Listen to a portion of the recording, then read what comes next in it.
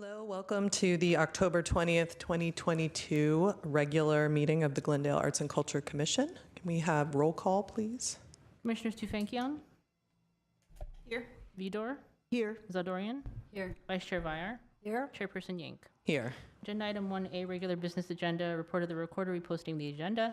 The agenda for the October 2022 regular meeting was posted on October 17th, 2022 on the bulletin board outside of City Hall.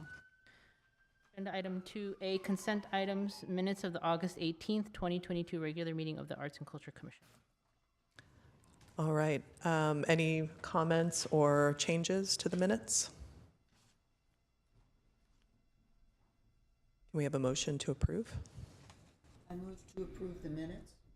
I move to approve the minutes of August 19th. 18th. August 18th. I'll second that. Roll call, Commissioners Tufenkian, Yes. Vidor, Yes. Zadorian, Yes. Vice Chair Vyar, Yes. Chairperson Yank. Yes. Agenda item 2B, minutes of the August 31st, 2022 special meeting of the Arts and Culture Commission. Any updates or changes? No. Okay, motion to approve? I move we approve the minutes of the August 31st special meeting. Second. Roll call, Commissioners Tufenkian, Yes. Vidor, Yes. Zadorian, Yes. Vice Chair Vyar, Yes. Chairperson Yank. Yes. Agenda item 3A, new staff, Loreto Lopez, Program Coordinator, Arts and Culture. I'd like to invite her up. So Loreto, we're very pleased to say, has been working with us through the Storefront Art Program for approximately 20 hours a week. We're very excited to have bring on Loreto for 30 hours a week, so an additional 10 hours a week to help support arts and culture. So introduce Loreto. It's so nice to meet you all in person. I don't think I've had the pleasure to be with all you in the same room, so it's really great to be here, and I just want to express my gratitude for this position, and I'm really looking forward to working with all of you and supporting you all. Thank you so Welcome. much. Yeah, welcome. We do have agenda item B, which is another new staff member, Inaje Mailing Sandos, who's our public arts intern. So this is a grant that we received through the LA County Department of Arts and Culture, specifically for an undergraduate student. Inaje is a student at Glendale Community College and is focusing her studies on mass communication, so we're very excited to have her. She'll be with us part-time, 25 hours a week, from October to February of next year. Unfortunately, Ms. Sandos is sick today, so she wasn't able to join us in person, but she will be here for another meeting. So we're Wonderful. excited to bring her on. Next up, agenda item 3C, Library Arts and Culture events. So first we have celebrate Filipino American History Month throughout the month of October. Glendale Library Arts and Culture invites you to enjoy a special live performance by children and adult musicians of the Filipino American Symphony Orchestra at Casa Verdugo Library tonight, Thursday, October 20th at 6 p.m. The Filipino American Symphony Orchestra's vision is to serve as a global paragon of Filipino culture and symphony music. For more information, please visit the link on the screen. Glendale Library Arts and Culture invites you to enjoy Glendale's warm fall evenings at the 222 East Concert Series. Concerts take place at 5 o'clock at the Artsac Paseo. Bring your chair, picnic, and dancing shoes. 2 concerts remain as part of the series. Join us this Saturday, October 22nd at 5 o'clock for Joshua De Leon and 1 out of 10. And our final concert will take place on Saturday, October 29th at 5 p.m. with the Big Butter Jazz Band. The 222 East Concert Series is generously sponsored by the Glendale Library Arts and Culture Commission to the funding of the Urban Art Program and Glendale Library Arts and Culture. And for more information, you can visit the link on the screen. Join Glendale Library Arts and Culture for the annual Dia de los Muertos Day of the Day celebrations at Glendale Central Library. This year, the celebration will take place at the Glendale Central Library on November 6th from 3 o'clock to 7 o'clock p.m. with live performances by the Crescendo Valley High School Jazz Band, Ballet Folklorico Mexico Azteca, Miramonte El Mariachi's Modern Band, and more. Participate in the community altar by bringing offerings to celebrate at the Central Library from November 1st through the 5th of 2022. This event is co-sponsored by GUSD Adelante Latinos and Glendale Latino Association. For more information, visit the link on the screen. As part of the Latinx Hispanic Heritage Month celebration, Glendale Libraries launched Odilo, a new Spanish ebook audiobook resource. Browse thousands of books in Spanish on the Odilo page. Odilo is offered in addition to Glendale Library Arts and Culture's language resources such as Vloom, the largest catalog of Armenian books and publications. Explore all the ebook and audio resources available to you for free with your Glendale Library, Glendale Library card. For more information, visit the link on the screen. And last up, Brand Library and Arts Center and the Brand Associates invite you to celebrate the 50th anniversary of the annual Works on Paper exhibition, which has become a prominent stage for artists from around the country who have paper as their primary medium. 89 works of art can be on view, chosen by juror Shannon Curry Holmes, Brand Library's gallery exhibition supervisor. A separate gallery will examine 5 decades of the Associates' annual exhibition through a lens of a selection of artworks purchased by the Associates over the years. And for more information, you can visit the link on the screen. And we also wanted to highlight our own commissioner, Vidor, whose piece is in the show and on the screen. And that is the library report. Thank you. That's very nice. Kind of embarrassing, but very nice. Next up, we have oral communications, which at this point, we don't have any for public comment. We do have some for separate items. We'll mention those during those agenda items.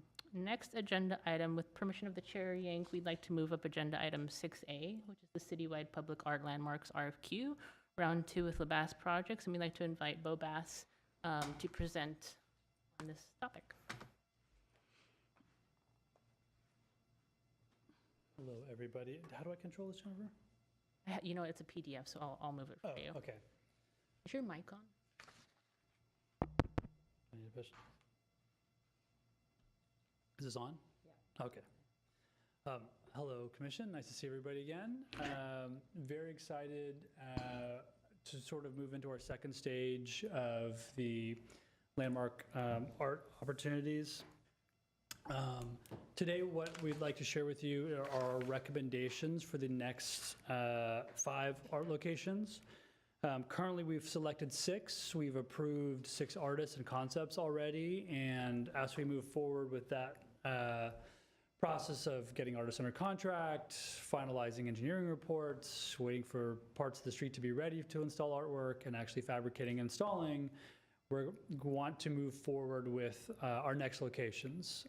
And if you remember at the very outset of this project, while we had 10 plus opportunities to start with, we started with basically half so that we can kind of get a sense of what we had, what we were selecting, what parts of the city we were activating, so that we could then sort of reset and see where we can activate, what next locations we can activate in the city. So if we can go to the next slide, Jennifer. Just to recap, we've chosen 6 locations and 6 installations. 3 on Artsock Avenue, 1 on Glen Oaks Boulevard, a mural at Verdugo Park, and we are waiting on some opportunities at the Central Park. Next slide. So the next set of locations we're looking at, and you can see on the map, the green locations are the ones that have already been selected. Is it orange on the screen or red? And the orange locations are the next recommendations. And we can look at each of them individually, but you can see on a map how we wanted to really spread these out. We have 1 location, Verdugo Park, at the north end of Glendale. We have a concentration in the Arts and Entertainment District, and another one sort of central off of Glen Oaks Boulevard. These next opportunities are more on the east and west gateways, and another installation on the sort of southern border of Glendale. So if we go to the next page. Actually, no, Jennifer, can you back up one? So we took a lot of feedback, I think, from you as a commission. We looked at some locations we had sort of vetted earlier on in the process. And looking at the map, just in terms of locations, we really wanted to spread these out. So that's kind of one of the first things we're sort of focused on, spreading the opportunities out across Glendale. So you can kind of see that on the map represented. And then if we can go individually, and we can talk about why we selected each of these locations. Okay, thanks, Jennifer. In Fremont Park, there's going to be some redevelopment, and I think initially we had talked about, and even in the redevelopment of Fremont Park, they were talking about some pads being placed for potential sculptures. And after spending time in the park at the front end, and again, after we've selected these opportunities, we went back to thinking something either directly on the ground, potentially on the basketball court itself. And we've got some meetings with Parks and Rec to talk about the surfacing of basketball courts, or a mural on the building itself. We thought that would actually be more effective and create a bigger impact than a standalone sculpture and sort of where they had located the potential pads. And again, the expansiveness of the park, they're already, there's a playground, there are benches, but there's a real activation of the community around the basketball court, around the building. So we thought sort of having another version of what we're going to be installing at Verdugo Park would have a greater impact, especially for the budget versus a small sculpture sort of like tucked into the landscaping. So that's sort of our first opportunity, and that's really why we were thinking, either something either on the ground or the building, or potentially both. And again, you can see just, this was a random day, like there's always people activating that space on the basketball court. And again, I'm sure you're all familiar, but the basketball court is just to the north end of the building. And this building creates such a great surface for this sort of an organic mural. I mean, if we can think about what Aaron Miller Ray proposed at Verdugo Park, and we're excited to see that implemented, but really almost creating a sculptural installation just by painting. The second potential location, this one was really interesting, and we really debated back and forth on this. Outside of Fremont Park, there's this Patterson Avenue tunnel under the 134. It looks sort of dark, and I don't know how familiar you are with it, but while we were there, we saw no fewer than a dozen people using that tunnel as a thoroughfare. Right now, I believe there are graffiti issues, there are lighting issues. There's definitely some things that, like, I know when we discussed that Parks wants to work on and sort of like cleaning up and enhancing this tunnel. We thought the opportunity to create a lighting installation that ran the length of the tunnel and creating a really lit portal would actually sort of solve a lot of things. I think it would solve the lighting issue that already exists in this tunnel and really mitigate potential graffiti, because if it's lit at all times, it's less likely to be the sort of dark tunnel where people are sort of drawn to, playing in the dark. Here's some other images. You can see that, the lighting that's in there now is like very small. It does not do a very good job of lighting this tunnel. And we've seen some examples of really interesting LED lighting strips and portals where you can light a tunnel, it's constantly changing colors, and it creates a really vibrant space where I think, again, we're mitigating things that already need to happen in this tunnel, beautifying it, and actually, I think, creating a space where people feel even more comfortable using this as a thoroughfare. Third location is sort of is Glendale Avenue, Monterey Road. It's a little bit more sort of east end of Glendale. And again, looking at the different types of installations we have, we're going to have these park murals that are going to be more physically engaging, and we're going to have some like the Forma Studios presentation that's on Glen Oaks, where it's really more designed to enhance sort of gateways and sort of thoroughfares. So I think everyone was really happy with Forma Studios installation that will be on Glen Oaks. This will sort of be like a mirror on the other side of the city. Again, right off the 134, heavily trafficked into the neighborhoods, retail businesses on the east end of the street. So we thought this would be another, I think, ideal opportunity and location for our work.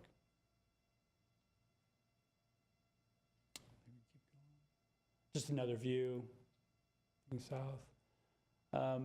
The Piedmont Mini Park was another small parklet that we discovered, and it's actually like this wonderful little parklet that I think we probably didn't even think about the first time around when we were considering art locations. But again, thinking about it in terms of the bigger picture of art across the city, we have these large installations in Arts and Entertainment District. We're going to have a big piece in Central Park. We're going to have these larger median sculptures.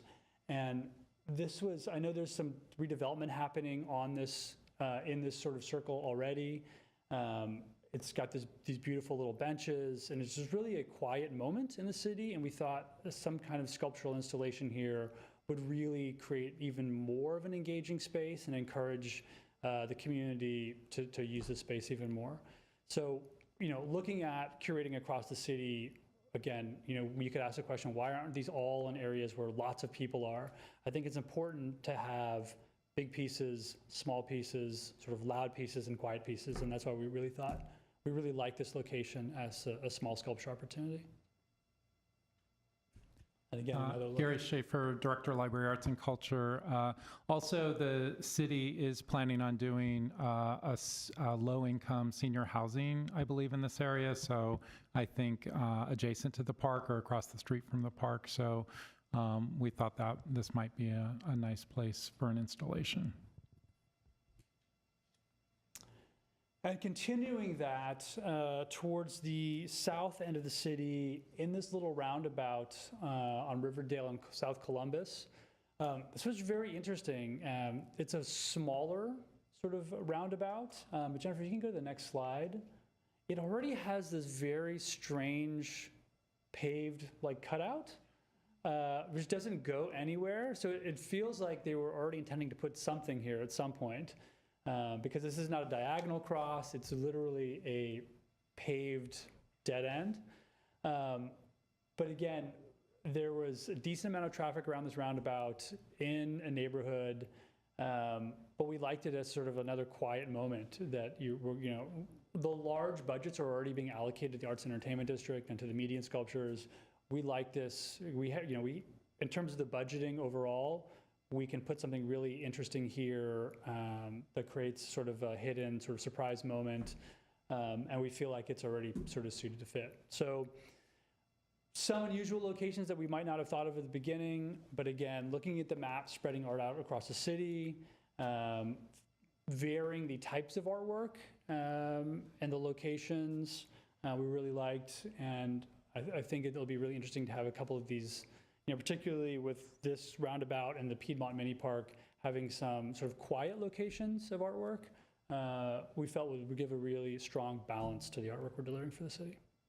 So those are the locations that we're recommending. We did look at some others, but I think the pros and the balance of these locations really, made a lot of sense to us. So would love your feedback. Before we do that, could I make a point of clarification? Because we have, I believe, 4 installs left to do. This is 5 locations. So would you like the commission to come up with their top 4 and then an alternate? Yeah, thank you. You're absolutely right. I get so excited about all these locations. The goal is to have 10 locations across the city as part of the project. We're presenting 5, and we would look to hopefully for the commission to sort of put preference towards the top 4. Thank you so much, Bo, for this presentation. I'll open it up to discussion from the commissioners. Shall we go in order? It's Yeah, we can go Vice Chair in. Vier. Thank you. The Fremont Park idea that you have, I think, is fantastic, and I think it would even be nice if you could do the building and the basketball court together. It would be stunning there. The tunnel, I have reservations about because there's a lot of trash outside the tunnel. I don't know how you got a clean shot of it because it doesn't really show up there, but each time that I've been to it, which is several times, there's trash outside of the tunnel. So I'm afraid that maintenance would not fall just to the artist of the installation, but there must be another city department possibly involved so as not to, be putting lipstick on a pig, to kind of keep it all clean. And I've used that tunnel. My family's used that tunnel because they used to live on the other side of the 134, and we used the park. And so it's definitely a good location. The park is, I think that's I think that's a good location. The median on Glendale Avenue, fantastic location. Support that 100%. And then the Piedmont Mini Park, I actually know somebody who lives in one of those buildings, and she said that that mini park is used used by a lot of people, and she just thought it would be wonderful to have an installation there. Riverdale and Columbus traffic circle. Did you actually get out of the car and go onto that traffic, onto yeah, that spot? absolutely. So did you notice all of the access portals? There are 4 on one side of that circle, and there are pipes on the other side of the brick part. Oh, that I did not notice. Yeah, there's a lot of utility work that happens there, and in fact, the last time I was there, one of the lids was even off and kind of askew. And there's a water access, there's cable television, anyway, 4 of them. And then I don't know what the pipes are for on the other side, but there's something going on under that brick work.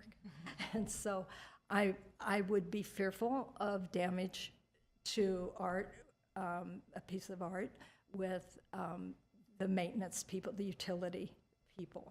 Something definitely to explore. I'd take another look at that. Thank you. Commissioner Tufenkian? Thank you for presenting this, and thank you for all the different sites that you have researched. And thank you, Jane, for having so much insight on these locations, because, yeah, it really makes a big difference. For me personally, I feel that when we are investing in these artworks, I think it should be for a larger public rather than just for a few. So I would take a closer look at what the traffic count or who would really benefit from having it at some of these locations. I definitely support Glendale Avenue. I think that's a great location. I do support Fremont Park. I think that would be great, even though I feel that that might even fall under a different program that we could do in the future, maybe murals, and reserve this specifically for public art installations, even if it's at Fremont. Patterson Avenue, I agree. I just feel like,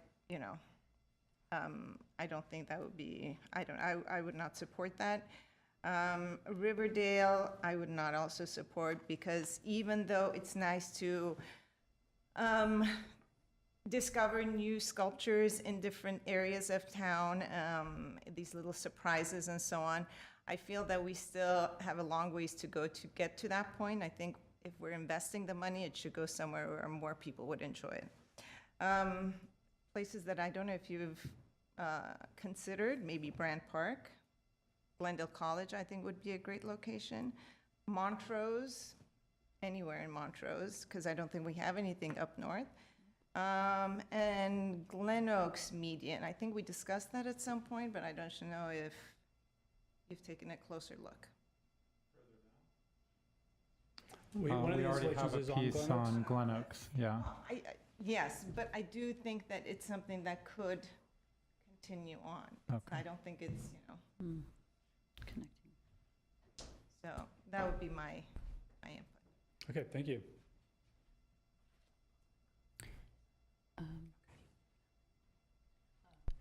Oh, okay.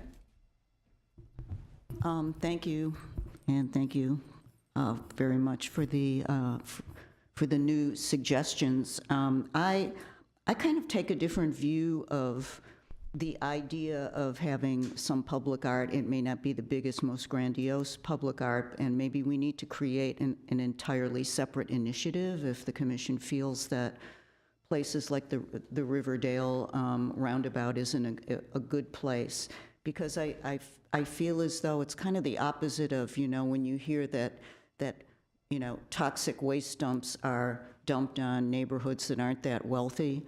I kind of feel like the reverse happens with art. It's like, oh, let's not put art in a more modest neighborhood because, you know, for one reason or another, there isn't enough recognition of it or people don't deserve it.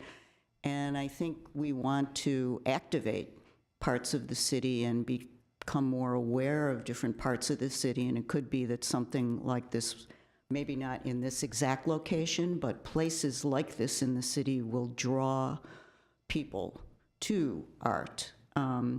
And that we need to look at the city as a whole. So if we're going to delete places in locations like this, in neighborhoods like Riverdale, Columbus, because there isn't enough traffic, I think then on a third round, we have to go back and look specifically at areas like that and pay them some attention because they deserve it, and we need to kind of start thinking outside of the heavily trafficked commercial affluent box of where public art belongs. So I'd like to either reconsider that places like that or set it aside for future consideration rather than just say we don't, you know, want to look at places that are low traffic. On the Glendale Avenue Monterey thing, I think as with the other median strip that we did, which was Glen Oaks, where we put a piece of art down, I think anytime we're looking at a median strip, we need to look at the whole strip and try to curate art that is in series or somehow repeats itself over a larger linear space in a median strip, so that it's just not a reward for one single little, you know, intersection of that median strip. So I don't know if that means a specific call for something like that, but, you know, I'd like to see the whole median strip considered. Maybe not the entire median strip, but a good portion of it. Did that make sense? Okay, and I'm not sure I was understood. And then there were a couple other things that, that site-specific, that's what I meant there. The tunnel, I agree. I think that tunnel, you know, if there were some way to change the culture of that tunnel into a place that people go to photograph it and, you know, like, oh, let's all go to the tunnel, then it would work. I don't know if we have that much horsepower to make that happen for a space like that, and it would want to include the walls outside the tunnel, maybe drawing people in with some kind of artwork on the outside that pulls people into the tunnel and then out the other end. So people actually say they want to go there to walk the tunnel. But if it's just going to be for the incidental foot traffic, I'm not sure it's, you know, we can do anything with it. So I would have to say that would be the one I would give up for this round. I think that... Yeah, I hope I didn't misspeak. It's a great comment, Commissioner Vidor. I think the intent was not just to mitigate like a public service nuisance with it being dark, but actually use a lighting installation to create a really welcoming, comfortable space that people want to go to, and they want to use and want to activate. I think that using art in that manner to activate that space and make it a more welcoming space than it currently is. Yeah, maybe the tunnel even would have to be rebuilt in some way or reconfigured. But, you know, as soon as I saw the tunnel, I thought of the United Airlines terminal in Chicago, which is a long tunnel with wall-to-wall, ceiling-to-floor neon art flashing on and off, and that's quite spectacular. But even for a tunnel of that grandiosity, you still had to do something that would really, you know, make people sit up and take notice, and I don't think this one has it. So, but I think it's still worth considering. I mean, the idea of artifying a tunnel is a great idea. I think that was all I had. And I guess, well, any place like the Piedmont Park where there's plants, I also think, you know, there are some medians and circles, I don't know who handles them, whether it's parks or public works, but where the plants aren't in good shape and it isn't pretty. And I think if we're going to put, it's half dead, and I think if we're going to put art anywhere, we have to work very closely with whoever takes care of the foliage to make sure that it lives up to the standard that we're trying to create by using public art in that space. think that's it for me. Thank you. Commissioner Zadorian? I'm not surprised that I agree with many of the commissioners who have spoken, but a few of my comments. So I'm very happy that we're working with a lot of the parks in Glendale, and I assume you're working with Parks and Rec, so that's great. We've been trying to get that to happen for a while. So looking at these locations just directly on the map right now, I'm loving that we're focused on certain areas, but I also agree that we should try to include certain areas. I know we've had some problems with Montrose, and this has been like a recurring theme. However, I'm looking at this in number 3, which is North Glendale. I love that that could be the connecting piece, as Commissioner Vidor kind of stated, to connect that to the Glen Oaks piece, because it is like a half-mile distance or even less maybe between the Glen Oaks median and the Glendale median that we're talking about today. And then potentially, to go with Commissioner Tufekcian's statement, maybe connecting it to deeper, what part of Glendale is that, I guess? I don't want to call it north, because north is really Montrose, but northwest Glendale, right before Alameda. So you could connect the 3 medians and have some sort of connecting fluid piece. I think that's something we can keep in mind. So I do like the Glendale piece. My only thing is that because it is so close to Piedmont and the Glen Oaks median, I'd prefer it to be closer to Glendale College. I think that that area doesn't get enough attention, as well as Montrose and North Glendale. And, North Glendale does extend all the way into, right on the border of Loch Sen and Tahunga, so Duke-Medjian Park and whatnot. Those are things that we can take into consideration for the next time, not for today. And I know those get much less traffic, but that park is very heavily used, and it would be great to connect all these pieces throughout Glendale. And then the other part is always South Glendale. That's kind of not getting as much recognition. I know that the area of the arts and entertainment can sometimes be considered South Glendale because it's below the 134. However, when I think of South Glendale, I'm thinking of certain areas like the Pacific Edison, Somerset. There's, great parks, I apologize, Mariposa and whatnot. And if we can look into that as well. But for today's pieces, I'm going to agree with the tunnel not being the most, I don't want to say practical, because as Commissioner Vidor stated, we want it to be somewhere people want to go, and I think by doing that, and light installation can do it. However, the first thing that came to mind is it's a really enclosed space. It's a great way for people to ruin the piece, graffiti, break things, especially if it's lights, electricity. It can be easily damaged and kind of reachable compared to other installations, in my opinion. So it's kind of the one that I think I'm willing to give up and sacrifice compared to the other ones, because the others sound great. So I would agree with the Fremont Park. I agree with the Glendale Avenue. If anybody else has comments about moving it closer towards GCC, because that median does go lower down. And then I agree with the Piedmont Mini Park and then the Riverdale Drive. My only comments are for certain areas, and I'm really happy about these roundabouts, kind of making it one so they connect with other pieces already coming to fruition, but also kind of going with the culture of that location. So if Piedmont Mini Park has a lot of elderly visitors, or it's a lot of nature, let's stick to that, of like lots of greenscaping and something that involves greenery, lush, nature. I know that the Glen Oaks meeting is very techy, and a lot of our other pieces, so kind of trying to keep in that, but also be more environmentally friendly as well, if we can keep with that. Other than that, I agree with all 4, minus the tunnel. And those are my only comments. Thank you.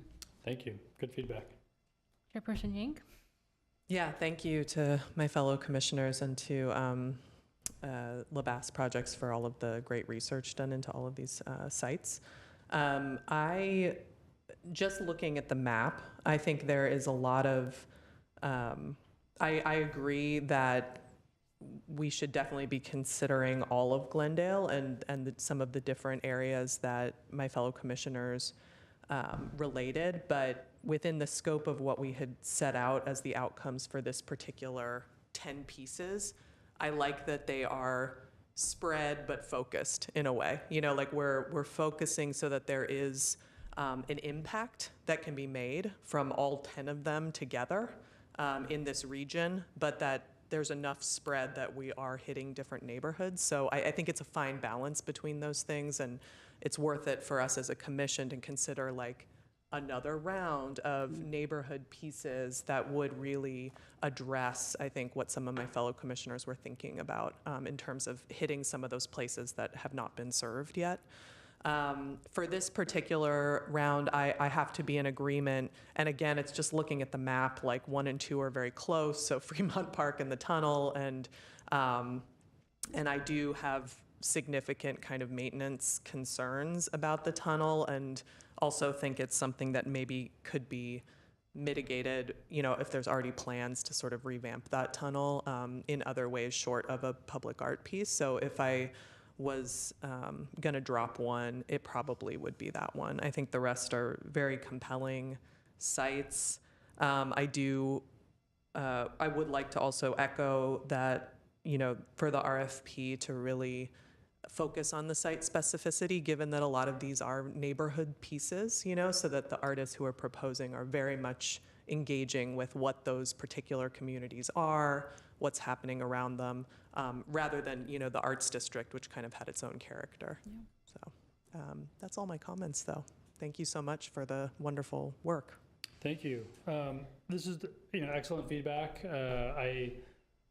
Each of the locations for us as well, they have their pros and cons, and I don't think we're tied in anything personally, but really good feedback. The one thing I will make a note, and I probably should have said it up front, is just to remind everybody that a large portion of the budget was already allocated to the larger installations that are happening in the Arts and Entertainment District. So some of these smaller locations also need to match smaller budgets remaining as well. So we would love to have 10, $700,000 installations, but that's not what we're working with. So that's also why we sort of looked at some of these smaller moments, because we're working with reduced budgets and how to use and activate for a smaller budget.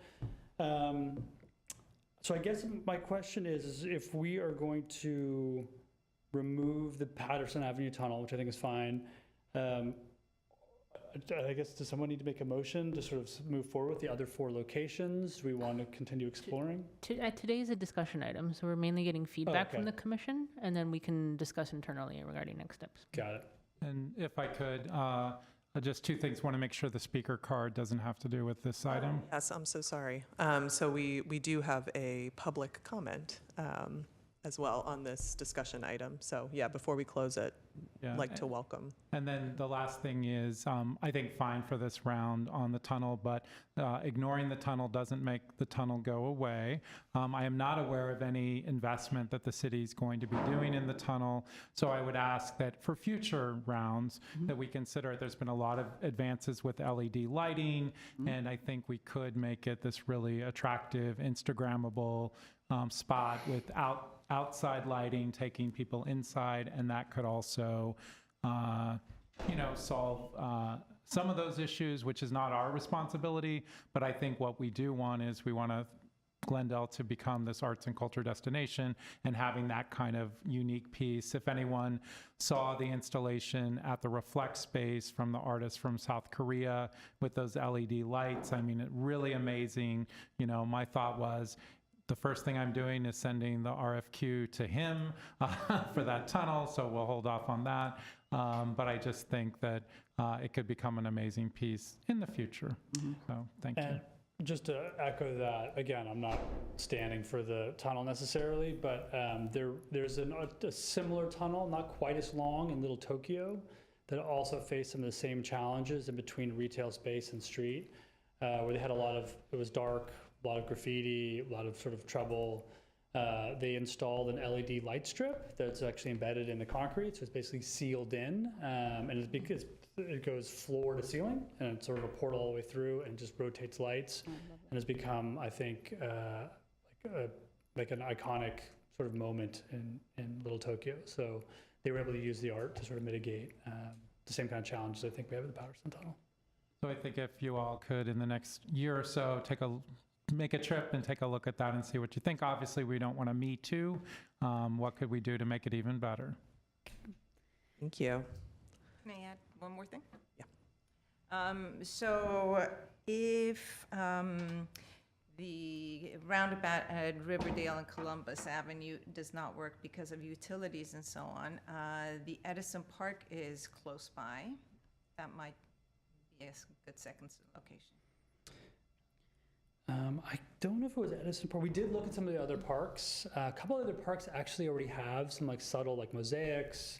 There were some other parks that actually had subtle things in them, which is why I think we sort of shied away from them. But Edison Park, I'll double check that one for sure.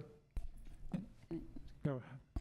Just before we move forward to any other like comments from the public, so are we all okay with the specific locations we've chosen? Because I know I made a comment about the Glendale Avenue. We're okay with number 3 being like right where that Fish King is, which is basically almost where Glen Oaks and not Glen Oaks, I apologize, where it's Piedmont. No, what street is that? Monterey. I apologize, where the exit is. Monterey and Glendale Avenue, where that meets. We're okay with that and not pushing it a little closer towards North Glendale. Because if you guys are okay with that, I have no problem with it. Because if that does connect later on to another piece deeper down Glen Oaks, it'll be great. But if we want to give a little attention to North Glendale, moving it down the median, I mean, what do we think on that? How much farther up north What do does you guys that think? space go? I mean, were I mean, the you, median connects all the way up to La Crescenta. well, I almost think that obviously we didn't think about that, or we don't have a Montrose far north Glendale piece in this round, and we should get to them. Yeah. Whether they want it or not.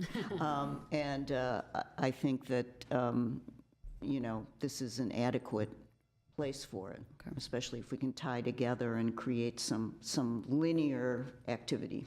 And then my second part was, if we don't have the tunnel as our alternative, could we possibly have that piece on the Glen Oaks median deeper in towards like Alameda? Is it possible to have that as an alternative? I know that hasn't been discussed, and it's not an option right now, but because I think most of us are kind of not turned off by the tunnel, but it just seems like it's not the most viable option. Do you think we can have that connecting piece? So we already had to eliminate one of them, so it sounds like we've eliminated the tunnel, so we still now just have Or the that are exact moving number forward? that we We need need. one alternative in case one of those wouldn't work out. I think that's what you had stated. Well, No, I'm sorry. I think we were looking at 5 with like providing 5 to select 4 from. Yes. I think we're certainly open to something farther up that median. We did spend some time going farther north. And I think the reason we slid, at least I'll just give you some like why we were thinking about that location. Yeah. Obviously that median, carries pretty far north into Glendale. That's not the one I'm referring to. I'm okay. referring to the one towards Burbank, that part of Glen Oaks. Because when we're talking about connecting Glendale Avenue, Glen Oaks, and then the deeper part of Glen Oaks that's going towards Burbank, Oh, God, okay. like right before Alameda, which is the cutoff between Burbank and Glendale. So if we're cutting out the tunnel, we have 4 options we're going to for sure move forward with, and we discuss having one alternative. If one of those 4 somehow don't work out, like let's say that roundabout with the issues, if the public works says we can't move forward with that, then could we possibly have a smaller installation on that Glen Oaks median? Yeah, we can definitely explore that and Okay. to get some photos and see what the commission thinks, absolutely. Do you guys, are you agreeing with me, or am I just throwing something? Yeah, I mean, there's a part, I do like the idea of these like 3 different median strips kind of all connecting. So I think it's worth exploring. That's also my neighborhood, so. Go. I've got 2 more I do too. comments.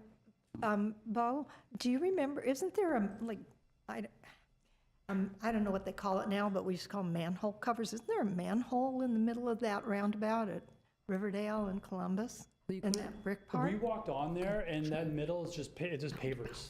It's just pavers? Yeah, so I that, tried to take a picture of it, and all I got were my feet, and so, because it was so sunny, and so okay, so so there isn't anything in the center, there isn't an access portal in the center then to the utilities? I, as far as I recall, and actually the next page has the photo, I think it was just pavers.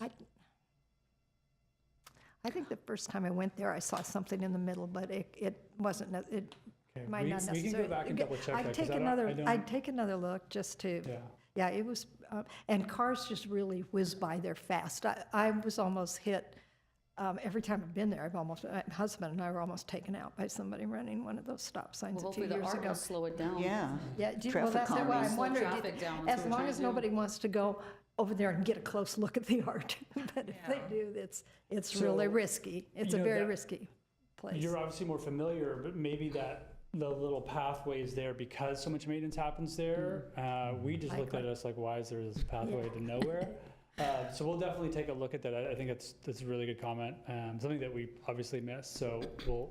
You can't see it from the car, and in fact, the portals they're blue and they're kind of covered up by a lot of weeds, and so I can see how you would miss them. Yeah.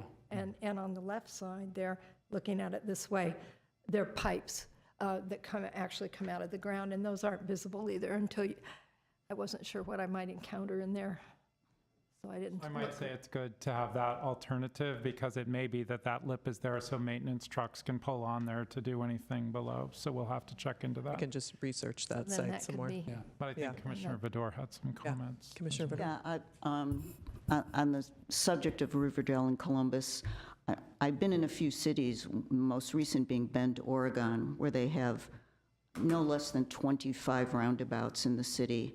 They have a lot of roundabouts. Almost every intersection is controlled by a roundabout, and they all have art pieces in it, and this is a calm place compared to some of the roundabout spaces I'm talking about in Bend. And I think that, you know, part of the reason to have art in a roundabout is, one, to slow traffic down and to calm people down, to also create pedestrian interest, maybe not right on the roundabout itself, but looking at the roundabout. It's a fairly small space. This is not like a freeway roundabout.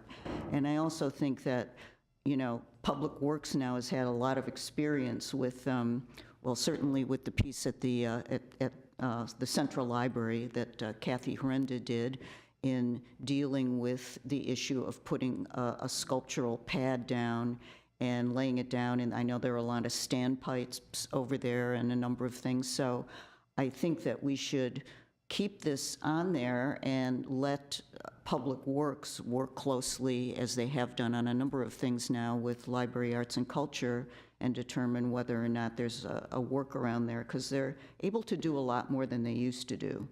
And they're going to even have to do more in the future. So I don't think this is necessarily a showstopper. As you say, it's just something to be very careful with and make sure all the I's are dotted and T's are crossed before we put something there. And then I had something else, but now I forgot what it was, so. Well, that is I mean, I was excited when I saw the spot.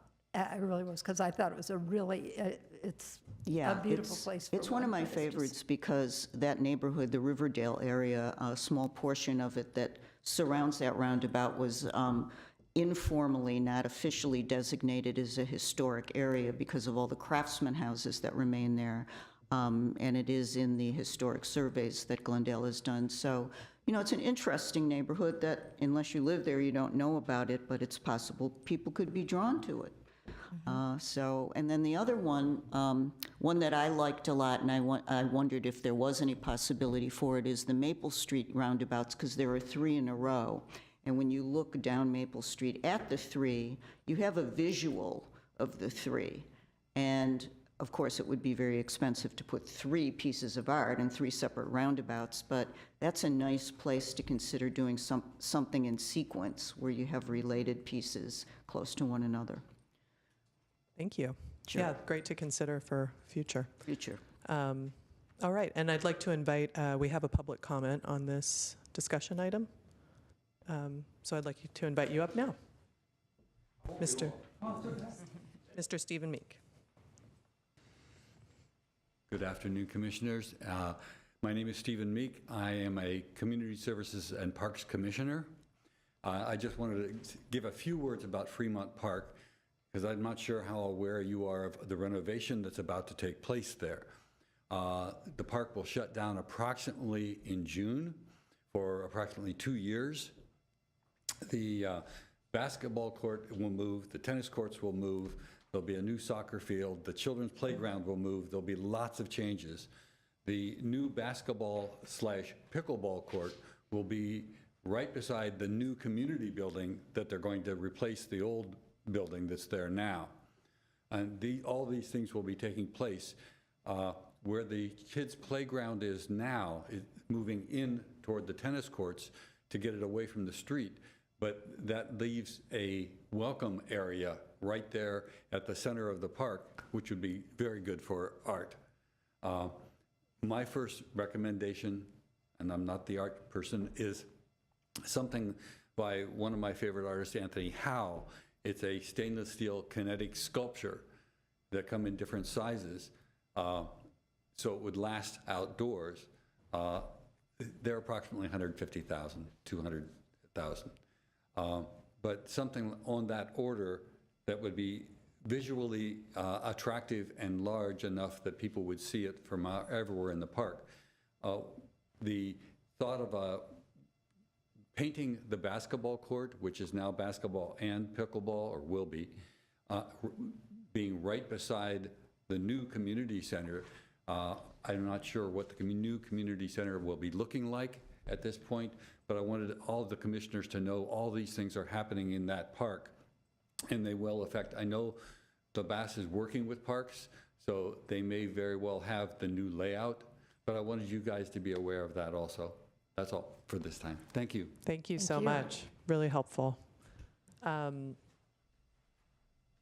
you want to comment on just how those plans might affect your thinking about this site? Yeah, I mean, I think we know that there's redevelopment of the park happening. I think the resurfacing of the basketball court with a painted, we will refer to it as a painted mural, but it's not actually painted. We're actually going to, I think next week, we're going with parks to, the pigment is put into the asphalt. So it's safe, it's not slick, it's just an asphalt as you would have on a regular basketball court. It's just pigmented in the design pattern. We've just seen, I think we've shared with you guys some samples of sort of murals that are, activating basketball courts, and it's what it does to a typical basketball court, I think is so unbelievably fantastic. So wherever the basketball court is positioned in the new redesign, I think our goal is to have that painted still, I think, holds. And I think the same thing with the community center. I'm assuming it's still going to have walls, it's still going to be an active building, and being able to, adorn it with a mural.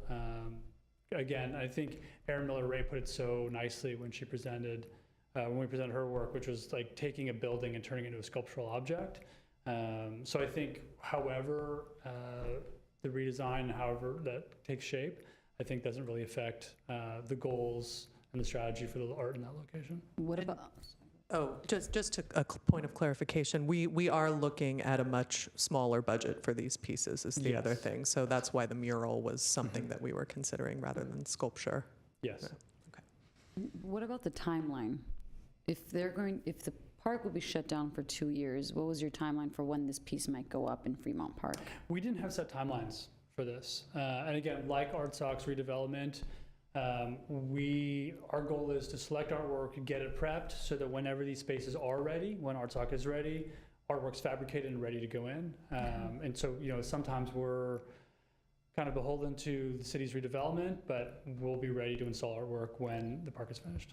And part of my directness, but if it's going to be reconstructed, and I'm assuming this is under the budget of the Parks and Recs, would this not fall under the same budget if this is part of that new revamping? I mean, I understand that murals have to be approved by the Arts and Culture, but would that budget not fall within the Parks and Recs rather than the Arts and Culture? It would be an additional expenditure to do just regular pavement versus a pigmented pavement. So I might suggest that if parks were amenable and the commission were amenable, we could look at locating at Brand Park, because there is not construction going on there. So that might be, if the commission is concerned about the length of time, that might be an alternative if parks were interested and the commission was interested. I'm taking maybe one commissioner is not. Well, I'm not going to comment on Brand Park because that's been stated twice, but I really just want to say that Brand Park gets so much attention. I do think so that it doesn't need, and no offense, I know there's so many people who support Brand Park, but there's the Tea Garden, there's the art gallery, it's so many, that we should be spending that money elsewhere. I agree. That's my opinion. Yeah, we actually, from the very beginning, when we sort of surveyed the city and looking for locations, we felt the same with Brand Park. There's like so much activation there already, it just didn't feel like it needed anything. Okay. Thank you. Great. Any final comments before we close this discussion item? So we're okay with moving forward with Fremont Park, even though it's going to be under construction for 2 years, correct? You're all on board? I think given all of the art projects we're doing, that it's Makes sense. perfectly reasonable that this won't happen for another 2 years. Luckily, we're not voting on it today, so it's fine. Thank you.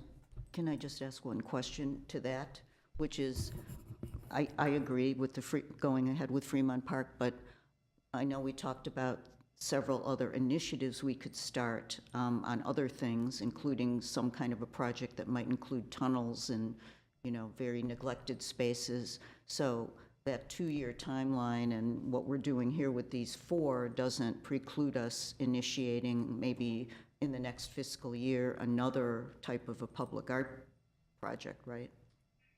I think it's all it's about capacity. And so obviously, the commission's work is done. You've selected the artwork. But as far as Ms. Fukitomo Jones' work, it is but just beginning. So all these installations have to be, the contracts have to be worked through with the artists. They have to be worked through the installations, the working with Public Works, the permits, all of that stuff still has to be done. So if there is capacity and we find it, we certainly hear you and we'll keep that in mind.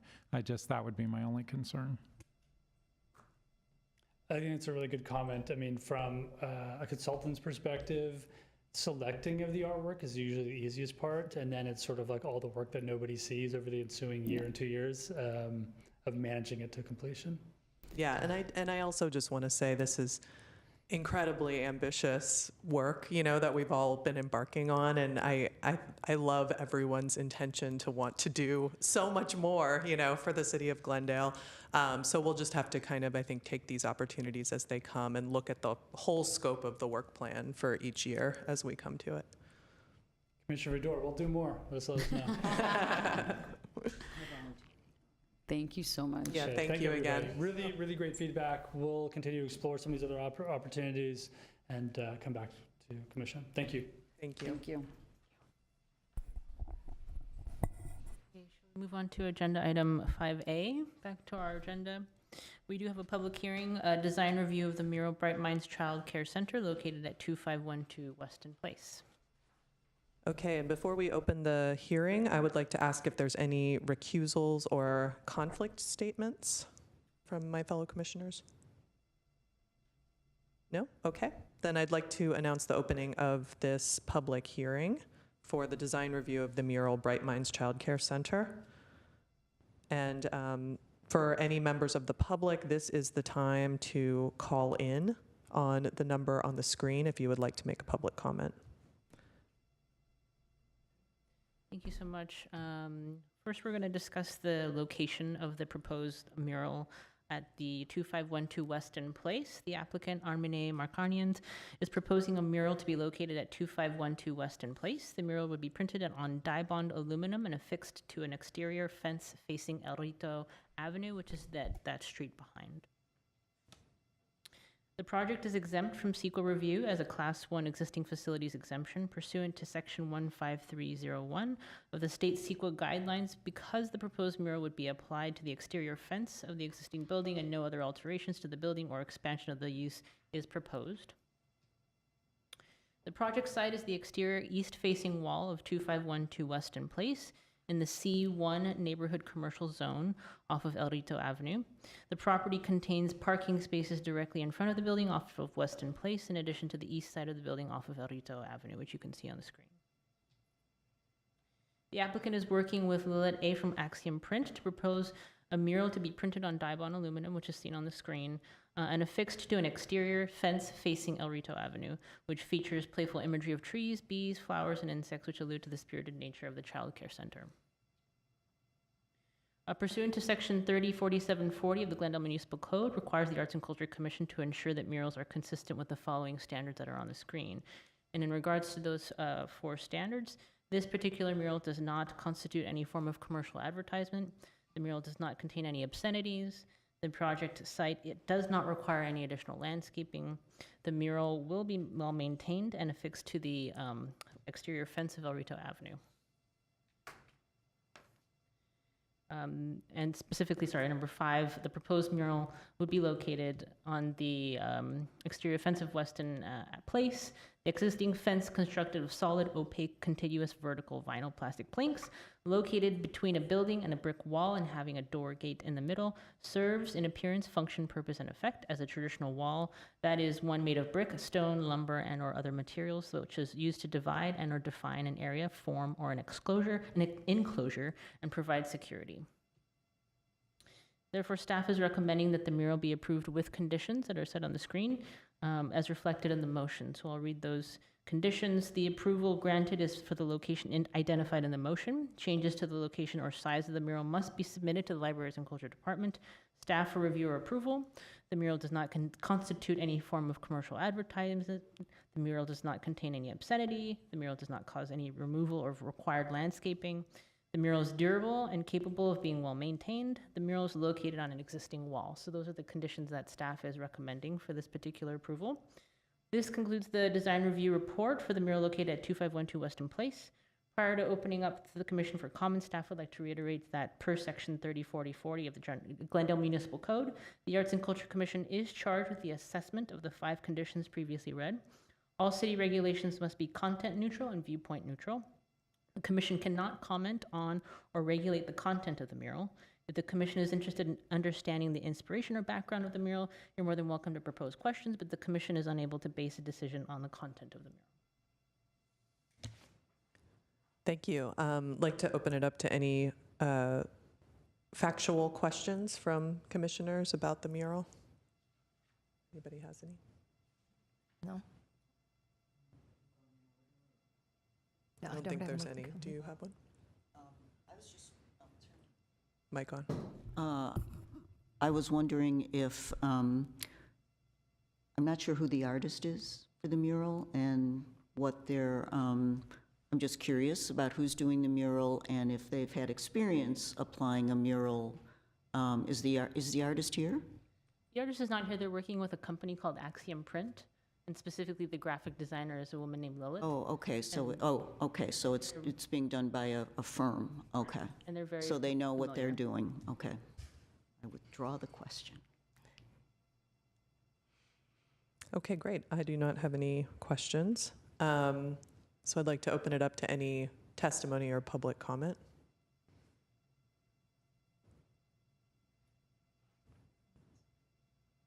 Doesn't appear to be any public comments. So with that, I will close this public hearing on the mural. Are there any other additional questions from commissioners? Otherwise, happy to receive a motion.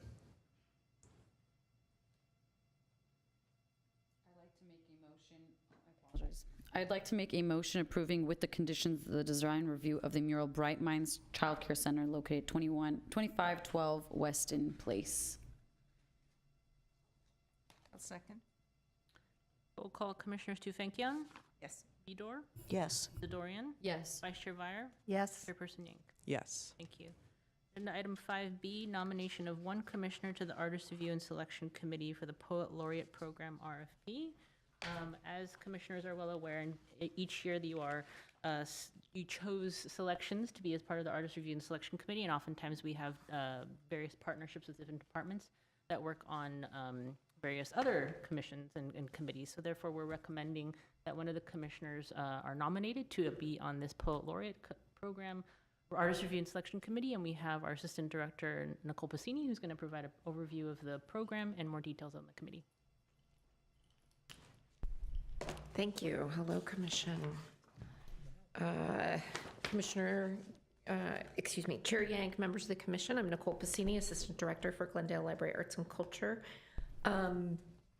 During the July 12th regular meeting of City Council, Mayor Kasakian asked that staff look at the opportunity to start a pilot Poet Laureate program for the city. Oh, I don't think I have it. You'll get it? Okay. We researched about a dozen local and nationwide programs and spoke with several cities about their existing programs. We ultimately decided that since the program doesn't align with the Urban Art Program plan, that it shouldn't be funded from the Urban Art Fund. And so we brought a proposal to City Council on September 27th for a budget to fund a Poet Laureate pilot program from the general fund. But to acknowledge the program's ability to grow Glendale's reputation as an arts and culture destination, we thought it would be appropriate to ask if a commissioner would sit on the selection panel for us. Poets Laureate serve as ambassadors of local literary arts, promoting poetry writing and appreciation.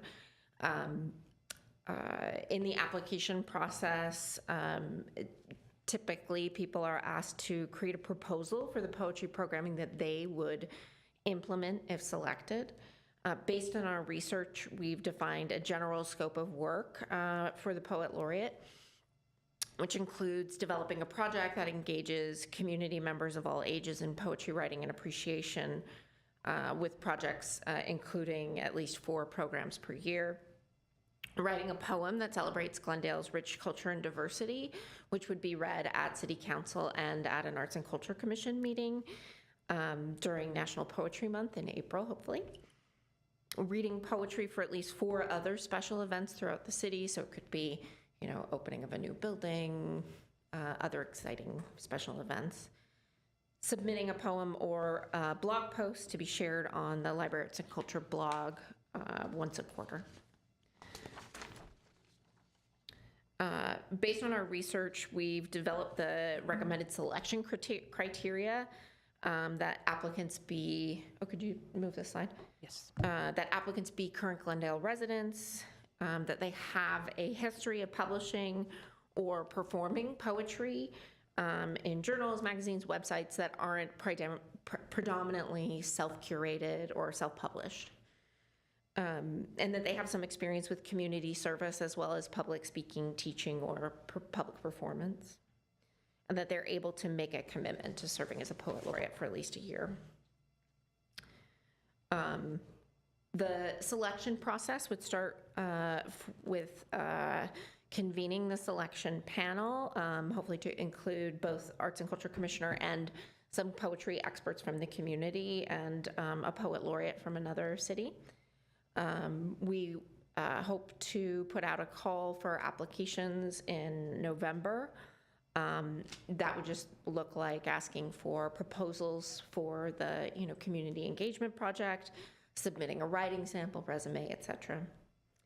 The panel would then interview finalists, and the selected Poet Laureate would be announced at a council meeting. So we're hoping that that can happen by February.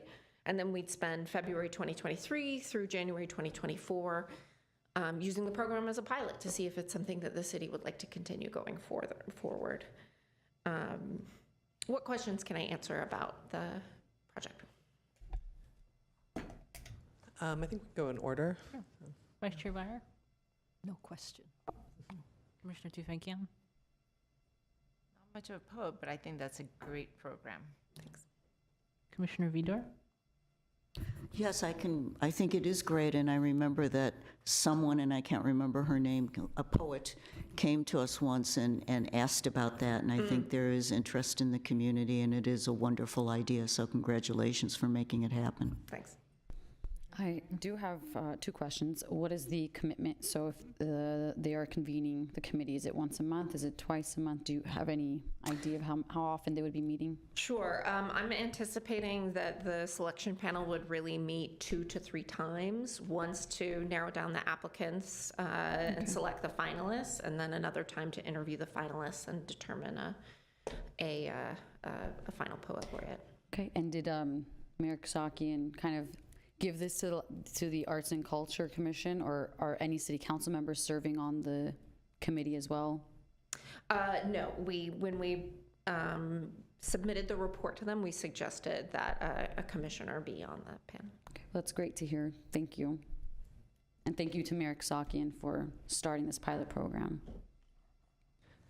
Yeah, I likewise think it sounds like a wonderful idea. I'm curious, just given our recent IDA plan, if the requirements are if that's going to just cut a lot of people out of being able to be part of the selection. So I'm just curious, maybe you can speak a little bit more as to why you were thinking about, making sure they had a history of publication and things like that. Yeah, we thought about that quite a bit. Thank you, Chair Yank. I think the thing that I noticed in looking at other calls for poet laureate applications was in really large metropolitan areas or programs that had really high stipends, that the requirement would be very strict, like 7 years of history, publishing, et cetera. So we opted to just go with have a history of. But if that seems too restrictive, I'm certainly open to looking at that. I think the hope is to have someone who's experienced enough to lead a great year of programming around poetry. But yeah, we don't want to close the door too much. Yeah, I mean, it was just a question. I think it sounds good as long as there's some flexibility within the selection committee being, if there's like a real star that comes out, not having them be deemed ineligible because they don't have much of a publication history. So that would just be the one thing I would comment on. Thank you.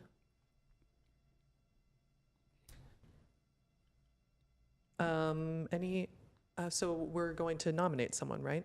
So any nominations or self-nominations of who would like to serve on this selection panel? I think I would like to self-nominate myself. This seems like a really exciting new program, so I would love to take part in it and bring all my energy into it. Any other nominations? Second. Okay. Do we need to do an official anything, or everybody seems good with that? Do the name into the motion. Okay. Can I motion for myself? I would recommend a different commissioner. Got it. Would you like me to read the motion and then I can?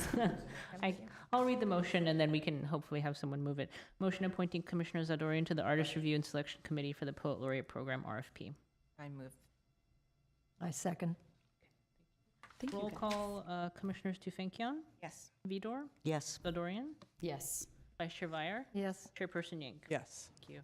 Thank you, everyone. Agenda item 5C, Arts and Culture Commission regular monthly meeting. In regards to the, I believe Commissioner Zadorian had requested that this be agendized in regards to the discussion of the date and time of the regular Arts and Culture Commission's monthly meeting. As you all know, we do meet on the third Thursday of the month at 2 o'clock per City Council's approved scheduling designation.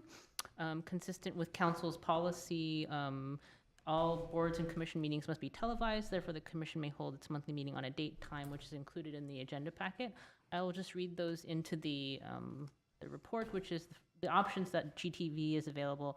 Is the first Wednesday of the month from 1 o'clock to 4 o'clock, first Thursday of the month from 9 o'clock to 5 o'clock, second Wednesday of the month from 1 o'clock to 4 o'clock, second Thursday of the month from 9 a.m. to 4:30 p.m., fourth Wednesday of the month from 1 o'clock to 5:30 p.m., and the fourth Thursday of the month from 9 o'clock to 4:30 p.m. Would you like to move forward, Chairperson Yank, with comments? Yes. Any comments? Vice Chair Vier? Just of those times and days given, I'm just wondering what ones work. Everybody. I guess I would need to know that. Why don't we go in order of who it works for? Like what works best for you first?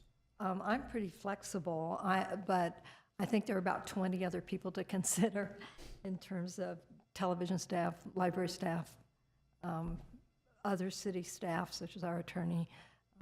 And so besides the 5 commissioners, I think we've got a lot of people we would have to survey, but if the rationale is just a time for everyone that is convenient for everyone. And Jennifer, are you proposing these times are convenient for all of those folks that Vice Chair Vier mentioned? These are the times that Glendale TV is available to broadcast the commission meeting. So library staff would, we may have to move some meetings around if the commission wishes to hold it for a particular date, but we certainly have the flexibility to do that, so.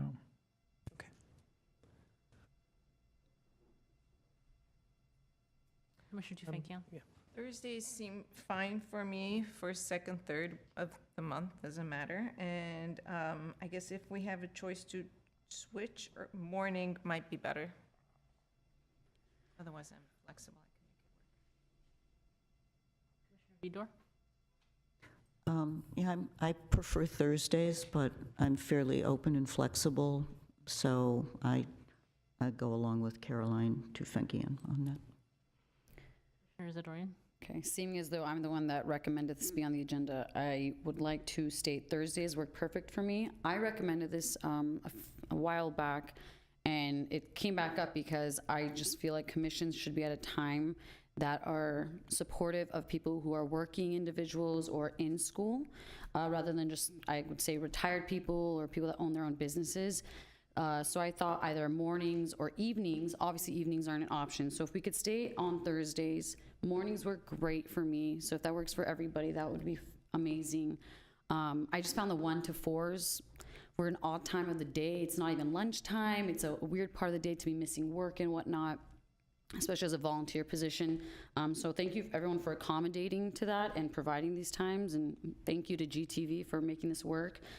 So if everyone's okay with just Thursdays and sometime in the morning, Jennifer, I assume we need a minimum 2-3 hours, right? That's usually the time frame we have it. Like right now it's 2 to 4 is the typical time. So if it were like a 9 to 11 or a 10 to 12, and then basically it would be like a lunchtime, either of those two options work great for me on the second, or I think it was first Thursday. There's no third Thursday available like today. No. Okay, so either of those work for me. So as chair, I think you can make the final decision. Yeah, I'm also fine with Thursdays, and I can be flexible as to morning or afternoon. So it sounds like morning is, How does that, may I ask, how does that accommodate working people, though, any better than afternoon? Well, when I was working, I could answer that question. Now I'm in school, so mine is more supportive of my school schedule. So if your schedule is different, please just give your opinion on what is good for you. Will your school schedule change? No, It'll be that way for 3 years? I don't have morning classes, no. Oh. I mean, that's just for this commission right now. Any commission can choose their time. So whatever works for the 5 of us, if we're all working individuals and we say evening, but if evening's not available, so it's what everyone thinks is best for them. it is, I will say that it is a little easier for me just personally, because if it runs over, Mhm. as you know, I'm watching the clock right now, that like Because you have school. kid pickup Kids to time, pick up. that it is a little bit more accommodating, so It's morning. if it's morning, yeah. Tell the moms as well. So are we first or second Thursday we're flexible on? I think we'd like to look at our calendars out just to see what may work best for us. I think in November, we're not even certain we're having a meeting because there's no agenda item. So I would just ask that maybe we launch this in December, if that's okay. We'll also have to adapt for we've kind of got our routine down because we're starting, as any of you who have been chairs, and many of you have, we start setting the agenda, kind of we finish this meeting, we take a breath, we high five, and then the next week we're starting the agenda. So I think for December, we'll just back up and start it in time to initiate either on the first or second Thursday. We'll obviously communicate that to you ASAP. To comment on that, Director Schaefer, and Chairperson Yank and the Commission, I think our best intention is to start this in December, but we do have to potentially seek City Council approval on your specific date and time. So if we can choose a specific Thursday, set first, second, or fourth Thursday, and the specific time, then we would potentially not need to go to Council for approval on that. Okay. So I think if there's a preference for you all, and that you had talked about time, and I admit I wasn't listening that closely to which times work best. So maybe make your proposal, and we'll take it to city council. I'd propose the second Thursday, just to stay away from either the beginning or the end of the month, which can I get agree with that. hairy. So then I can go ahead and make the motion for that. I'm sorry, is there a specific time? 9 o'clock, 10 o'clock? What's better for you? I would say 9 to 11 is what I put out there. I think the timing is mainly because we don't want to go to work and whatnot and then come back here in the middle of the day and then go back to work. So if we come in the morning, I think it's the easiest Yeah. for everybody than cutting our days in half and driving around. So I say 9 a.m. Can I make the 9 to motion for 11, that? yeah. Then I would like to make a motion recommending that the City Council approve the rescheduling of the date and time of the Arts and Culture Commission's monthly regular meeting to the second Thursday of the month at 9 a.m. The second? Okay, great. We'll call Commissioners Tufenkian. Yes. Vidor. Yes. Zadorian. Yes. Vice Chair Vyar. Yes. Chairperson Yink. Yes. Thank you. Agenda item 6B, 2022-2023 Work Plan Report.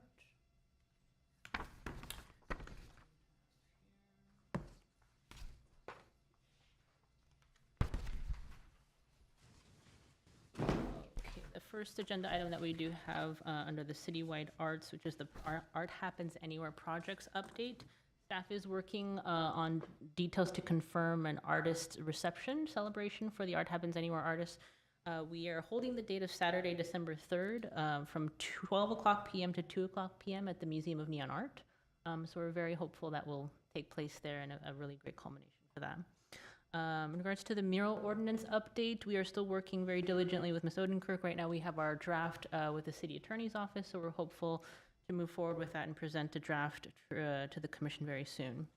We do have an update in regards to the Creative Crosswalks program. We released, as you're aware, the Creative Crosswalks RFP, which was released in, I believe, August. The application closed on September 23rd. Staff did receive, well, let me just start this. Staff did receive 54 proposals for this particular opportunity, which we're very excited about. We met as an artist review and selection committee on October 11th to review those proposals. There was, Chairperson Yank was our representative for this particular committee. We had 2 public works staff representatives, and we also had 4 library arts and culture staff representatives who reviewed those proposals. We're going to share next the 3 project locations which are on the screen, but as a reminder, it's Adams Street and Palmer Avenue, which is the first project. The second project was Broadway in Columbus, and the third project was Broadway in the Galleria Way. So the first project on the screen is Adams Street and Palmer Avenue, which is in the heart of the Adams Hill neighborhood, right directly close to the Adams Germany Park gas station, which we're well aware of, is where we have our rotating exhibits in the gas station. The committee reviewed proposals for this particular project, and the proposal that came to the top was Where We Meet by Keith & Co. Keith & Co. is a business that's located in Adams Hill. They've been there for over 10 years. And our LGBTQA company that has been in that neighborhood for many years. These are renderings that they had proposed for this particular project. They are proposing this ensemble of colors that really allude to the nature of the area, but also the different communities that are represented as part of that community. And this is an overview of the proposal, which also includes the bump out area included as part of the proposal of areas to paint within that proposal. The second project was Broadway in Columbus, which this is an overview which includes 4 crosswalk areas that are included in the proposal. There were 2 recommendations which Chairperson can also share more about with the committee's perspective. But the first recommendation was called Chemical Stain by AppLab. This was also similarly alluding to the different diverse cultures of Glendale, and really was brought to the top in the sense of it alluded to the preferred earth tone colors, but also was a relatively easy stencil for the painting contractor to reproduce. The second recommendation was Bird's Eye View by Jeanette Degollado. The committee did feel that they had preferred the mural proposals without the zebra lines. The committee felt that the zebra lines really distracted from the overall view of the mural. The main concern for this particular proposal was that there is white that is incorporated within the design and the color green. And those 2 particular colors cannot be included in any asphalt art proposals. So we would have to discuss with the artist regarding potential other colors that are included or incorporated for this particular design. So that's why this was chosen as a second recommendation. And the last proposal for the creative crosswalks was Broadway and Galleria Way, which are 2 crosswalks that are located in this area. The first proposal that came to the top was Fish Scales by AppLab. And this was also seen as a high ranking proposal because it really alluded to the fact of wanting to bring the ocean to the city, which was the intention of wanting to beautify Glendale, but also adding coats of color to that particular area. Chairperson, do you want to share any comments from the committee? Yeah, I'll just say that it was really an interesting process because we had to navigate both,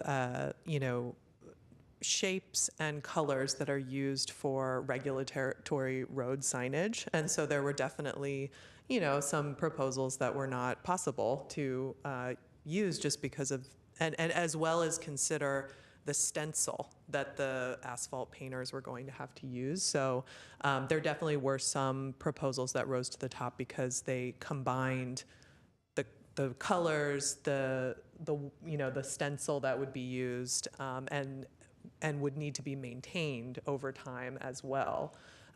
So I think that's where we landed. There were a couple of color shifts that we had recommended, so hopefully that is something that some of the artists can consider so that we can have some great projects. But all in all, it was a really fun process. Do you want to offer comments or feedback from the commissioners? We can go in order. Yes, let's go in order. Vice Chair And we Byer? do have a public comment on this as well. Vice Chair Byer? Well, thank you, Chair Yank and staff for these great selections. Can you tell us what color alterations? These all look great, and one of them is going to be really challenging probably for the contractor, but what color changes did the you one was Jeanette Delgalado's, the mural one. They felt that the contractors could create stencils that would make this work, but it was the white and the green that we were bumping up against. So it would be asking the artist to change those 2 colors because they're both regulatory colors in roadways. Like for bike, it can't be the same green as a bike path green. Okay. So those were a couple of the changes that would need to be made to this one. And then the other one was more, was the fish scales, which was just more aesthetic. Like I was like, can we have a different color than the brown? But that was all. I would agree with you on that one. That's an interesting one. Thank you. Thanks for your good work on that. Commissioner Tufekcion? Thank you, Chair Yang. I think they're all great options. For the second one, were there 2 options? Was that correct? This was the first recommendation, chemical stain by AppLab, for the reasons that we shared. It would be, they're alluding to the earth tone colors. It's an easy stencil to replicate for the painting company. So I think this is the one that the committee is more than likely going to move forward with, but this is why we bring it to the commission for your feedback. This is a second recommendation for the reasons why Chairperson Yank stated the 2 white and green colors are regulatory colors that we wouldn't be able to use, but also the maintenance of it and the replication of it due to the stencils might be a little difficult for a painting company to pursue. All very nice. Just for, could it be a different green, or is it all green that is off limits? Our public works colleagues stated that it could be a darker shade of green potentially. So we could explore that with the artist if that's an option. But the white is definitely, we cannot use white within this particular mural. Thank you. Commissioner Vidor? I just have one question. So the first one in Adams Square was, there's white in that one, so that there's no issue The here? white is the zebra markings of the actual crosswalk. So it's that's part of it's the, it's integrated incorporated into the Incorporated design. in the Yeah, regulatory aspect. Okay, thank exactly, you. yeah. Commissioner Zadorian? I have no questions. These are all fabulous. Thank you. And we do have one public comment on the creative crosswalks. Mr. Stephen Meek. Hello, Commissioners. Stephen Meek here. I'm the president of Adamsville Neighborhood Association. We have met with Public Works several times over this particular painting. The last time we met with them, if you'll notice on the bottom part, the bump out there, it was recommended that that is the only place for the fire department to actually park if there's any emergency or anything. The Public Works at that time had told us they were putting planters on the street. That may have been changed. No one from Public Works has talked to us. And it does change the intersection, and they were planning to put 2 more stop signs in the intersection. I don't know how that affects things. I just wanted you to be aware of it. And we have to work with Public Works again. Hopefully they'll include the Adamsville Neighborhood Association in the discussions. Thank you. Thank you. Great. So quick question, so if fire trucks need to park there, would we still be able to paint that bump out? You or would could it be- paint the bump out. They just couldn't put the planters and those sort of things there at that time, because that is like the red zone for the fire trucks. Thank you. I would just say Public Works was present for the meeting, so they're well aware of the project, and hopefully they will keep the neighborhood apprised. Great. Thank you. Sorry for the quick movement. Moving on to the next update. If I could, so these are going to, they will be presented to City Council, so, and that will be November 29th. So they have been very interested in this project. Next update is for Neighborhood Arts Beyond the Box program. We're very excited. We met with our Artist Review and Selection Committee. Thank you to Vice Chair Vire and Commissioner Vidor, who sat on that committee. We received 35 applications for this year's Beyond the Box program, which the theme was celebrating people with disabilities. We were able to narrow it down to 5 top candidates, which we're going to share today. And these are the locations that are also as part of the Beyond the Box program. So anyone who's listening, artists will be literally painting today through the end of the weekend, and we welcome you to invite to go visit them and say thank you for their work. So the first proposal that we have on the screen is on Broadway and Adams, which is by artist Sarah Halpenny. The next 2 proposals that we have are Broadway and Central Avenue by an artist named Taline Janian. And another one is California Avenue and Glendale Avenue, which is Milton Scott Kubota. And the final 2 that we have are Jackson Street and Wilson Avenue, which is artist Sean Sion, and Mariposa Street and Windsor Road, which is by artist Nami O. I invite Vice Chair Vire, Commissioner Vidor to comment on any of the proposals or the process. Go ahead, Commissioner, do you have? It was a great process, It was and fun. it was a delight to see such interesting interpretations of people with disabilities. So I think we're pretty pleased, and we hope everyone else is too. And this is great. These are really, really fabulous. Are the artists, do they have any disabilities, or they're just painting? Not that we're aware of. That's a good question, but not that we're aware of. Did you say you're going to let us know, or you just did let us know and I missed it, when the artists are going to be doing their painting? That's a great question. They are painting right now as we speak, actually. They have begun to prime their boxes. You'll probably, if you drive to these locations now, see the artists kind of sketching out their designs. And as in previous years, I'll send an email to the commission, kind of your assignments for visiting certain boxes to say hello and introduce yourself to the artist, which they always love.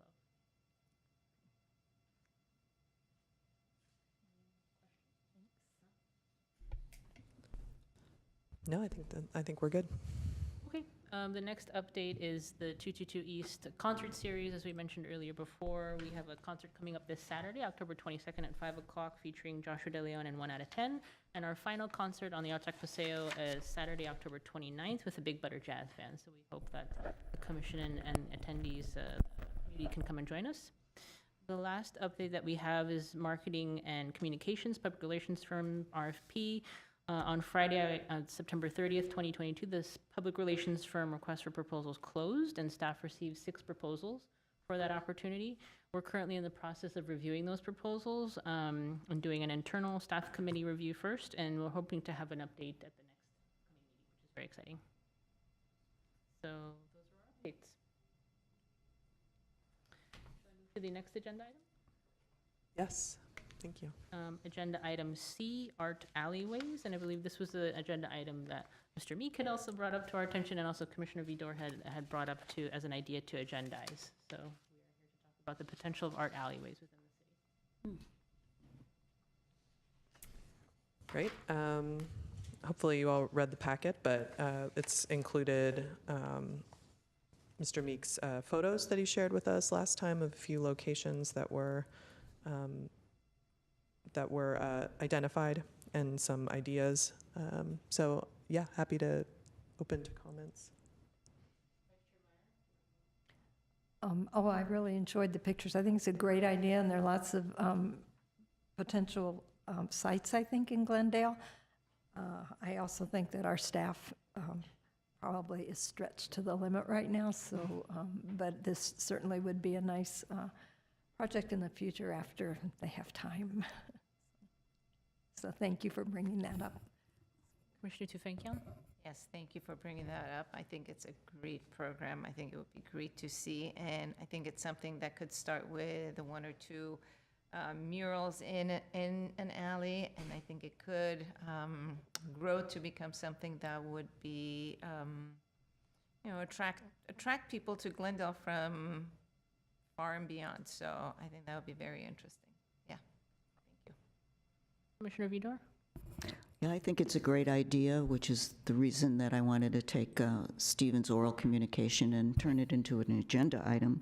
I don't think we necessarily have to jump on it right away, because I know that we're overwhelmed here, but I think certainly at the grassroots level, people in the community and people on the commission can notice and observe good candidates for this type of thing. And of course, there would have to be, and that, there's a lot of staging that can be done in advance of actually launching the project before we get started. And I also think that there's a really great opportunity for us to look at what other cities do with alleyways, because I don't think we're only limited to murals. I think, and I, hate to even use this term because I know it's very provocative and sometimes even gets people extremely angry, but in different places in the city, things have become participatory, and certainly a wall can be open up to, public involvement in drawing and doing things. I know some people consider that vandalism and graffiti, but if it's done with conditions and under the jurisdiction of the city, some interesting things might happen. So we should consider a lot of different ways to artify our alleyways and not just think about one particular method for creating art in such spaces. That's all I have. Commissioner Zadorian? So I love this. I agree with everybody. We should definitely move forward with it. My only question is, how do we want to move forward with it? Do we want it to be its own program? Do we want it to be part of the mural ordinance? Do we want it to be part of, something that we give to Bo Bass, our consultant, to work on and find specific locations and include that? How do we want to move forward? Other than that, I don't really have any other comments other than I would love to move forward with it. And thank you, Mr. Meek, for bringing this to our attention. It's a great concept, and to Commissioner Vidor, of course. To your question, I have a couple of thoughts. One is that it could be part of a future iteration of our AHA program, of the Art Happens Anywhere, in which case, could be temporary rotating projects that would happen in some designated sites. There's another thought I had, which is combined kind of with the tunnel idea of like a public liminal spaces initiative, where that's maybe a future round of permanent public art, where we're looking at underused, unused spaces in the city that could really like draw people toward them. So I see that as a potential, future round, as well as thinking about some of these neighborhood spaces too, as potential future rounds for permanent public art. So those are a couple of the thoughts, and it doesn't need to be either or. It could be something that we determine for future year work plans. Okay, we have the capacity to be able to do a smaller AHA pilot, in some of these spaces, and then maybe transition that to a larger public art round. I think there's a few different options that we could consider for the next work plan.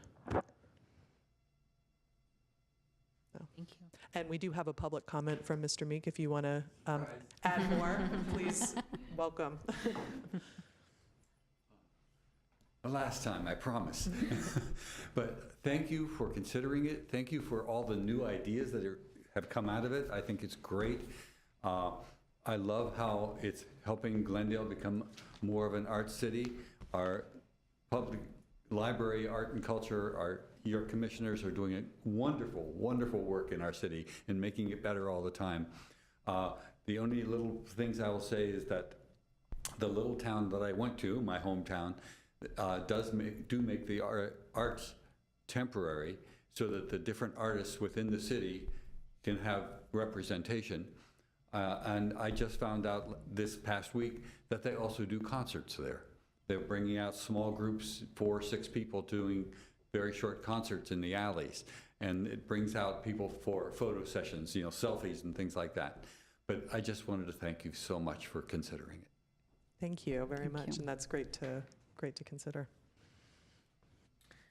That concludes the update for the agenda item C. Moving on to agenda item 7, commission staff comments. Vice Chair Fire, should we go in order? Me again. Okay, thanks. Thanks a million to everybody, all the commissioners, your great work, staff, Mr. Meeks, Our mascot. everybody. Thank you. There's a lot of work going on here, a lot of very exciting projects, and appreciate all of you. Tufenkian? Yes, I would have to agree. I appreciate every one of you. So we had an opening at our gallery a few weeks ago, and we had curators and directors and boards of trustees from several of the major museums in Los Angeles. So they were all there, and one of them, and I'm not going to mention who, but somebody turned around and said, Glendale is getting the reputation of an art hub. So, and a pretty notable person who said that. So really excited about that, and it's all thanks to everyone's very hard work. So thank you. Commissioner Vidor? Well, I have a couple acknowledgments to make, so please bear with me. First of all, of course, same thing, kudos to you, Jennifer and Dr. Schaefer and everybody on the commission. I think I've heard similar comments from people I've just been at arts events with who are noticing, sitting up and taking notice about Glendale. And to that end, I just wanted to give a big shout out to Glendale Arts. I did attend 2 events at the Glendale International Film Festival. First was the Doctor's House documentary by Russell Herndon, starring Peter Roosh, both TGHS activists, and it was a very excellent film, as also was the Women in Film Day, which we supported. And when Nina got up to make her first announcement, she did recognize the commission, and everybody applauded, and it was a packed house, and it was a very lively and animated set of 9 short subject films by some very, very gifted filmmakers. So I really think that film festival really kicked off to a great start, and I have to say that it was really very, very nice to have the thing be hosted at the Laemmle Theater Glendale, which, is a very august theater chain, and it's good to see them thriving, and it was great to see the Glendale International Film Festival use them as a venue. I'd also like to thank my longtime friend and colleague, Shannon Curry Holmes, for putting together an amazing show for the 50th anniversary of Brand Works on Paper. She mounts these shows so exquisitely that you feel like somebody, did a custom arrangement of everything. It really was a very beautifully executed show. So thank you to her and to Associates President Deb Thompson for putting on a really fantastic 50th anniversary celebration.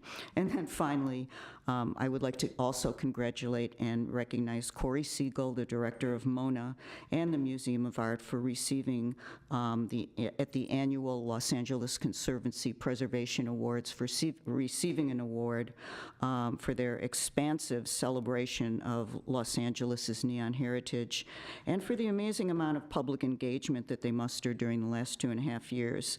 It was deeply appreciated by the management of MONA, and it was really very satisfying to see them be recognized by the greater LA community. So that's it for me.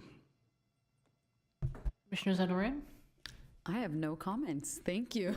Just thank you to everybody who shows up and supports us and does all the hard work. Thank you. Chairperson Yank? I just have just 2 things for us to think about and consider moving forward. I am so grateful to be part of this commission and to all of you, and I think we're doing amazing work here in Glendale, and the staff especially, huge kudos. These are incredibly ambitious undertakings, and so I just want to, I'm so happy that Loretto has joined the department for more hours. I want to advocate for more staff for arts and culture. It's very needed. There's an enormous amount that you all are doing, and so I just want to continue to advocate, because obviously we have no shortage of ideas in terms of the impact that arts and culture can have on this city, and it is growing. There's momentum, and I hope that the city is able to put more capacity behind these efforts to shore up the incredible capacity that already exists. The other thing I just want to call out is that as much as a city can do, it needs an ecosystem, right, of arts, artists, of nonprofits, and I definitely am seeing a crisis in the county of Los Angeles, a space crisis for artists and for nonprofits. Many, I know, have shuttered their doors, and these are often places that give artists their first opportunities.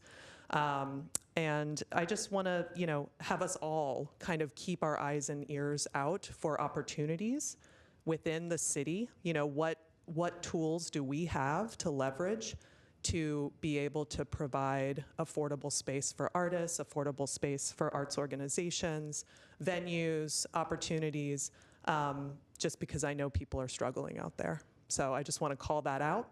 I don't know what any of the answers to these things are, but we're all very smart and connected people, and I think, we can come up with some interesting ideas down the road.